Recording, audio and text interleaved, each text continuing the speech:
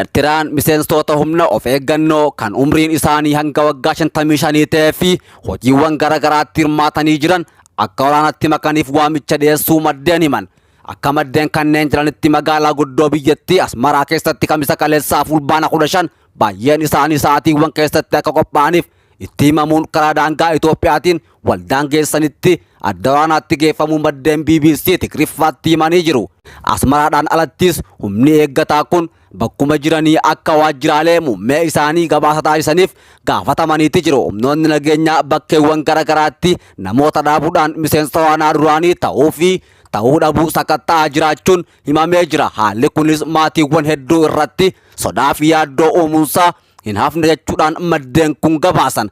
Kana malees miseensonni humnaa of eeggannoo muraasni isaanii meeshaalee kan akka uffata halkaniitii fi qabduu bishaanii kan mataa isaanii qabatanii akka dhiyaatan gaafatamu maddeen kanneen BBCtti himanii jiru. Ijoolleen obbolootaa fi haadhawwan wayita bo'an abbaa warraa fi obboleeyyan gaggeessaa argamu maddeen kanneen dabaluudhaan himanii jiru. Maddeen BBC akka himanitti gareen tokko kamisa kaleessaa fulbaana 15 bara 2022 gabaasa gochuudhaan bobbaafamuudhaaf qophii ta'uu himanii jiru. Waamicha kanarraa hafuun hin danda'amu. Sababa kamiyyuu yoo qabaatanillee irraa hafuun akka hin danda'amnes eeranii jiru. Namootni dhukkubsatan ragaa fayyaa isaanii waliin gabaasa gochuudhaan bakka geeffamanitti akka yaalaman ta'a malee manatti hafuun hin danda'amu jechuudhaan labsii kana mootummaan Eertiraa baasee jira. Namoonni tokko dhokotee yoo manatti hafe sababii kamiyyuu yoo ta'e manni jireenya isaa irratti cufamuudhaan maatii isaa alatti darbatamu akkasumas maatiin isaa hidhamus himanii jiru. Hojjettoonni kaampaanii nageenyaa Salaam kanneen waajjira UN eegan waamicha kanaaf waan deemaniif kaampaanichi furmaata osoo jalaa hin deemin furmaata barbaadaa jedhe. Mootummaan Eertiraa yeroo baay'ee tajaajila waraanaatiin dirqama itti fuudhaan qeeqama. Waamicha Eertiraan tibbana taasifte kunis tarii walitti bu'iinsa cimsuu malachuudhaan sodaatamaa jira. Eertiratti sababii fayyaatii fi kanneen birootii yoo ta'e malee lammiilee biyyattii umriin isaanii hayyamu hundinuu tajaajila waraana biyyoolessaa keessatti hirmaachuudhaan dirqama akka qabus mootummaan Eertiraadhaa ibsa kana guyyaa kaleessaa baasee oole. Waraanni mootummaa Itoophiyaa humnoonni TPLF jidduutti kanaan dura gaggeeffamee fi loltoonni Eertiraa keessatti qooda fudhachuu himamee as erga jidduudhaan baatiiwwan 5 dhaabbateen booda torbaanota dura deebi'ee eegaluunis ni yaadatama. Aangaa'onni Itoophiyaatii fi Eertiraa dhimma kanarratti yaada akka kennaniif gaafataman illee deebii argachuun hin danda'amne. Haa ta'u malee aangaa'onni Eertiraa humnoonni TPLF isaan irratti haleellaa raawwachuu akka barbaadu himachaa jiru. Ammas mootummaan Isaayyaas Afwerqee qajeelfama kana kan baasan waraana Itoophiyaatii fi humnoonni TPLF jidduutti deebisee eegale keessatti loltoonni Eertiraadhaa hirmaataa akka jiran TPLF himannaan erga dhiyaateen boodaadha. Guyyaata muraasaan duras ajajaan waraana TPLF Jeneraal Taaddasaa Waradaa humnoonni gamtaa Eertiraatii fi Itoophiyaa shiraaroo dabalatee naannawwan Tigraay kan biraa qabachuu isaanii TV naannichaa irratti dubbachuun ni yaadatama. Haaluma wal fakkaatuunis gamtaan Awurooppaa waraana kanarratti waraanni Eertiraa hirmaachaa jiraachuu himuudhaan biyyoolaa Eertiraa waraanicha keessatti hirmaachuu ammoo yaalii Itoophiyaa nagaa buusuudhaaf taasisaa jirtu keessatti gufuu taatee jirti jechuudhaan ibsa baasee ture. Mootummaan Itoophiyaatis ibsa fulbaana 15 guyyaa kaleessaa baaseen gamtaan Awurooppaa kun akka isaa mufachiises himuun ni yaadatama. Odeeffannoo haaraa biiroo qunnamtii uummata Tigraay irraa ba'e gareen faashistii Abiyyi Ahmad diroonii walitti fufinsaatiin uummata nagaa irratti haleellaa raawwatu faashistummaa isaa mirkaneessuu qofa osoo hin taane kasaaraa lafarratti isa mudachaa jiru hin jijjiiru jechuudhaan ibsa guyyaa har'aan tana baasee jira. Mootummaan faashistii Abiyyi Ahmad gootummaa dinqisiisaa fi kutannoo sibiila waraana keenyaatiin weerara isaa gama hundaan lolaa jira. Gareen kun mootummaa abbaa irree Isaayyaas Afwerqee waliin gamtaa shayxaanaa uumuudhaan Tigraay balleessuu danda'ee jira jedhe. Haleellaan diroonii kun magaalota Tigraay hedduu keessatti lubbuu namoota nagaatii fi bu'uuraalee misoomaa irratti miidhaa guddaa geessisee jira jedhan. Mootummaan Tigraay maatii namoota du'aniitii fi uummata Tigraay hundaaf gadda guddaa itti dhaga'ame ibsaa oole. Mootummaan Tigraay carraa kanatti fayyadamuudhaan dhiigni uummata keenyaa qulqulluu akkasumas akka hin dhangalaanee fi yakkamtoota hanga dhumaatiitti akka dhaabnu mirkaneessuu barbaanna.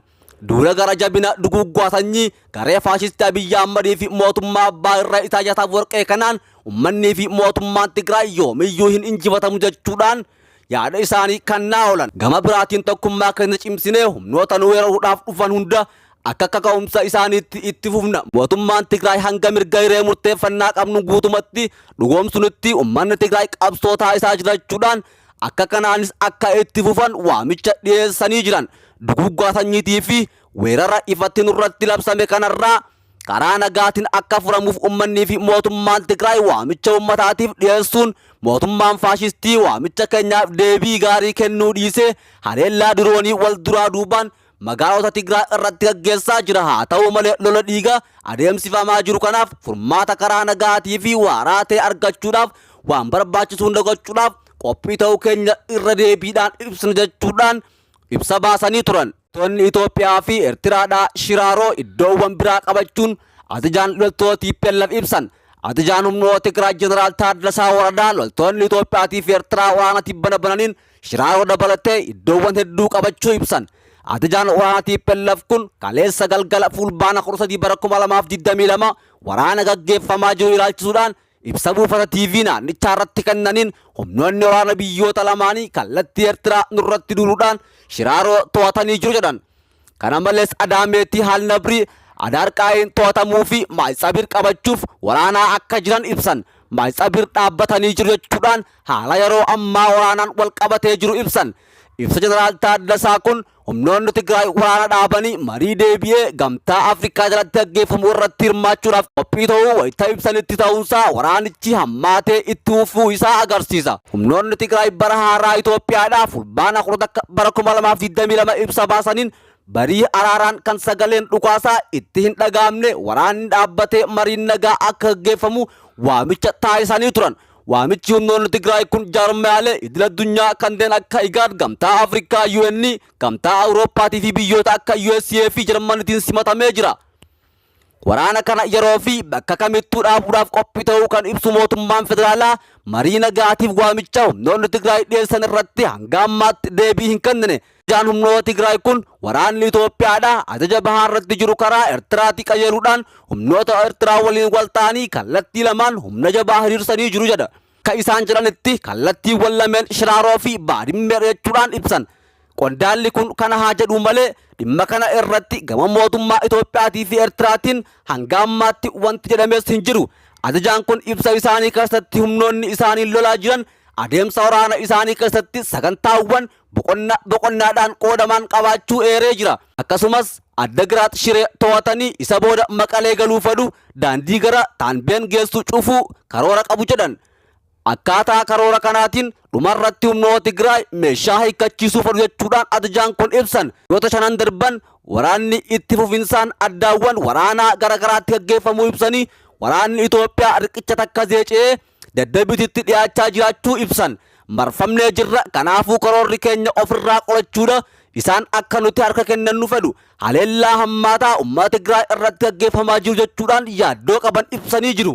Kana malees guyyaa kaleessaa fi har'aa dirooniiwwan haleellaa magaalaa Maqalee bakkeewwan garagaraatti raawwatamuun lubbuu namootaatiif baduu maddeen hospitaala BBCdhaaf mirkaneessanii jiru. Haa ta'u malee ajajaan waraana TPLF kun waraanni kaaba Itoophiyaa furamuu kan danda'u marii karaa nagaa qofaan ta'us eeranii ibsa isaanii kanaan mootummaan Tigraay marii nageenyaatiif waamicha dhiyeessaa jiraachuu kaasanii nuti kan gochaa jirru ofirraa qolachuudha. Furmaanni dhumaa nagaa qofa, waraanni kunis marii nageenyaatiin goolabamuu qaba jedhan.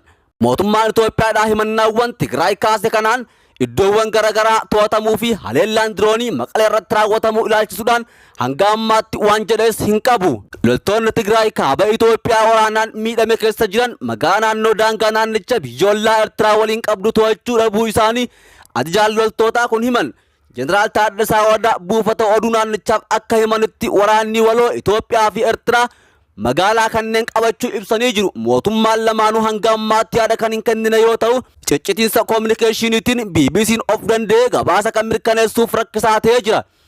Shiraaroon daangaa irraa gara kiiloomeetira 50 akkasumas hanga kiiloomeetira 30 fagaattee argamti. Jeneraal Taaddasaa humnoonni mootummaa magaalaa daangaa Tigraay fi ollaa ishee kibba Amaaraa irra jirtu kan waggaa tokko oliif humnoota Tigraay jala turte adda harkaa to'achuun himanii jiru. Humnoonni mootummaadhaa Aksum, Addagiraat Shiree fi magaalota to'achuudhaan Maqalee magaalaa guddoo Tigraay seenuudhaaf karoora qabu kan jedhu Jeneraal Taaddasaan kaayyoon dhuma humnoota Tigraay hidhannoo hiikkachiisuu akka tures himanii jiru. Uummanni Tigraay haleellaa qindoominaan hanga ammaatti isa guddaa jedhamu danda'atu isa mudachaa jiru jedhan. Waldhabdee kana keessatti gama lachuutiin badii hojjetaniin himatamanii jiru. Mootummaan bal'inaan lola kana irratti waan kaases hin qabu. Jalqaba torbee kana keessa ajajaan olaanaan raayyaa ittisa biyyaa federaalaa Fiild Maarshaal Birhaanuu Juulaa loltoonni isaanii haleellaa humnoota Tigraayin banaman milkiidhaan fashaleessaa akka jiran kan himan yoo ta'u, bal'inaan osoo hin kennin walitti bu'iinsi hordofamee erga araara ji'oota 5 ture waamicha humna waraanaa akka hir'isuuf godhamu guddachaa dhufus lolli itti fufee jira.